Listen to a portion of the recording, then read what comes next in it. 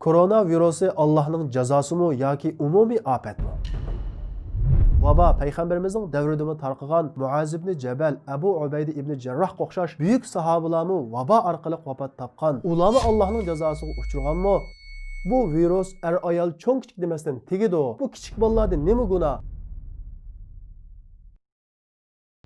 Xitoyda koronavirusi tarqalgandan keyin ba'zi qarindoshlarimiz bu Alloh taolaning Xitoy tajovuzchilariga avatgan jazosi deb xushal bo'lsa, yana ba'zi qarindoshlarimiz bu umumiy ofat, bu vabo deb xushal bo'lmadi yoki andishilandi. Biz hissiyotiy nuqtada emas, diniy nuqtadan qaragan vaqtimizda bu virus Alloh taolaning Xitoy tajovuzchilariga avatgan jazosimi yoki emasmi? Oldindan buning javobiga erishishimiz uchun bizda musibat tushunchasi aniq bo'lishi kerak. Bo'lmasa nurg'unlagan ziddiyatlik tushunchalar paydo bo'ladi. Masalan, vabo payg'ambarimizning davrida tarqagan Muaz ibn Jabal, Abu Ubayda ibn Jarrah o'xshash buyuk sahobalarni vabo orqali vafot topgan. Ularni Allohning jazosiga uchirganmi deganga o'xshagan ziddiyatlik savollardan qutlanmaymiz. Shuning uchun biz oldindan musibatning xarakterini bilishimiz kerak. Musibatning xarakterini bilish uchun musibatning kimning ustiga tushganligini bilishimiz kerak. Masalan, bir musibat musulmonning ustiga tushgan bo'lsa, uning sababi 3 xil bo'ladi. Birinchidan, uni gunohidan paklash uchun bo'ladi. Ya'ni Alloh taolo bir bandiga, bir kishiga yaxshilikni iroda qilsa, Alloh taolo uningga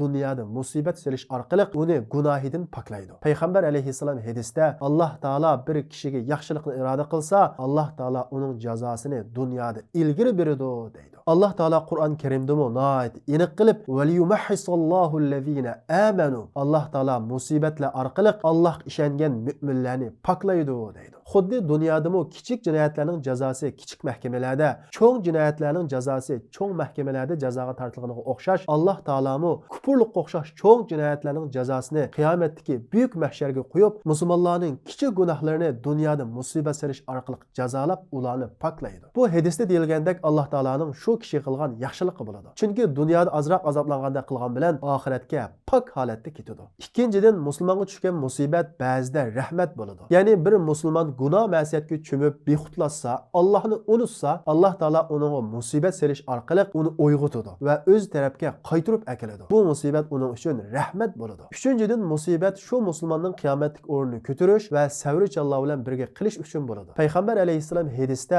Alloh taolo bir musulmonning taqdiriga qiyomatda oliy o'rindan birini taqdir qilgan bo'lsa, u musulmon hayoti dunyoda yaxshi ish qilib, u o'ringa yetkudek bir ishni qilmagan bo'lsa, Alloh taolo u musulmonning jismiga, miliga, balasiga musibat selish orqali shu oliy o'ringa yetkazadi deydi. Demak, bu musibat u musulmonning qiyomatlik o'rnini ko'tarishga sabab bo'ldi deymiz. Biz musulmonlarning beshiga kelgan musibatlarni yuqorqi 3 sababdan izlaymiz. Undaqda kofirlarga kelgan musibatchi, biz Qur'on va hadisga qaragan vaqtimizda Alloh taolaning kofirlarni kofir bo'lganligi uchunla dunyoda jazolaydiganligini topolmaymiz. Ya'ni Alloh taolo kofirlarni kofir bo'lganligi uchunla dunyoda jazolamaydi. Ammo kofirlar 2 sabab topilsa, mazlumlar 2 sabab topilsa, Alloh taolo dunyoda har xil baloyi ofat, inson ojiz keladigan vabo va har xil kasallarni avatish orqali bir butun zolim kofir millatni yo'q qilib o'tadiganligi Qur'on Karimda birdan ko'p oyatlarda bayon qilingan. Kofirlardagi 2 sabab qaysi deganda, kofirlar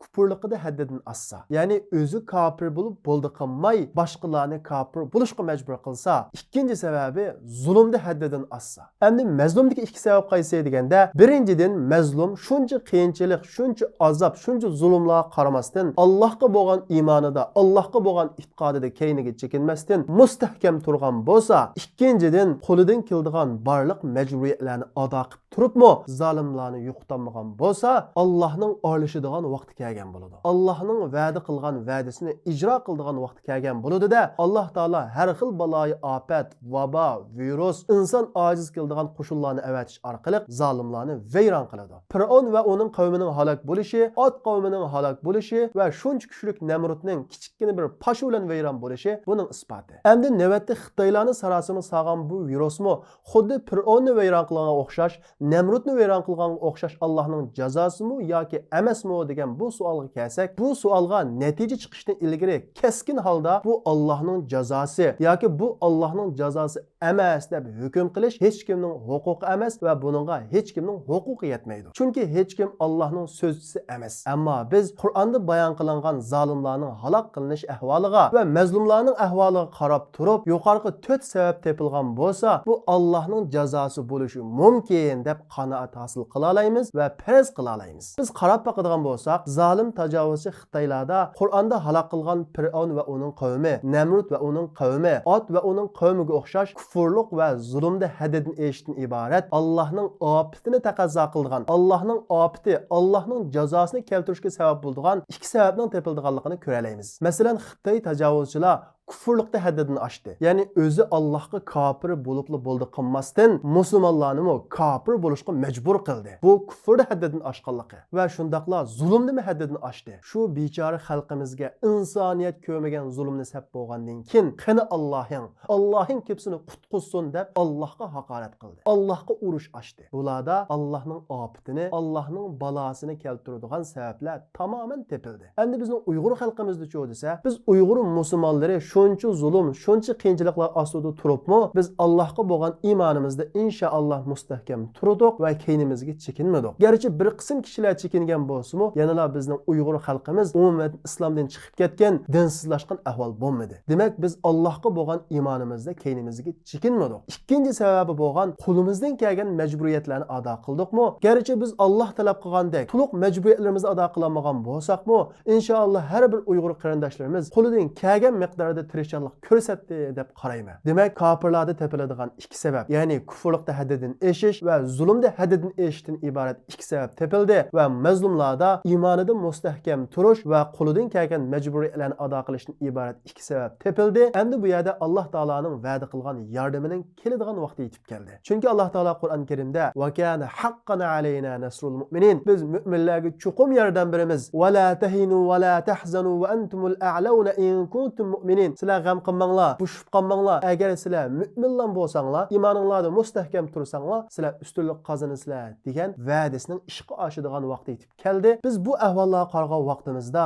garchi kesib bu virus Allohning jazosi deyanmasakmi, faraz qila olamiz, qanoat hosil qila olamiz. Yana bir tarafdan qarag'an vaqtimizda bu qanoatimiz texmi kuchlanadi. Bizning shariatda mundaq bir qoida bor. Al jazaa'u min jinsil amal. Jazo qilgan jinoyatning turidan bo'ladi deydigan. Navbatdagi bo'layotgan bu ishlarga qarag'an vaqtimizda zolim tajovuzchilar bizga qandoq jazoni tetitgan bo'lsa, navbatda ularmi shundaq jazoni tetyotadi. Masalan, zolim tajovuzchilar 3 milliondan ortiq begunoh musulmonlarni kampa usulab jazoladi. 50 milliondan ortiq Xitoy kofirlar kampa usulandi. Ular bizning ayollarimizning, hamshirlarimizning yuzini ochirdi. Alloh taolo ularni ayol demasdan yuzni yo'gashga majbur qildi. Ichki o'lkalarda bizni o'g'ir ko'stib, bulanchi ko'stib, yotoqlarda, taksilarda, avtobuslarda bizni chatga qilishga majbur qilgan bo'lsa, bugun kunning o'zida butun Xitoylar, butun dunyoda chatga qilishga uchmoqda. Allohning yordami bundan oshkora tajalli bo'lmasi kerak. Lamborghinining aniq aytishicha, vabo tarqalgan 10 kun ichida Xitoyning tortgan iqtisodiy ziyni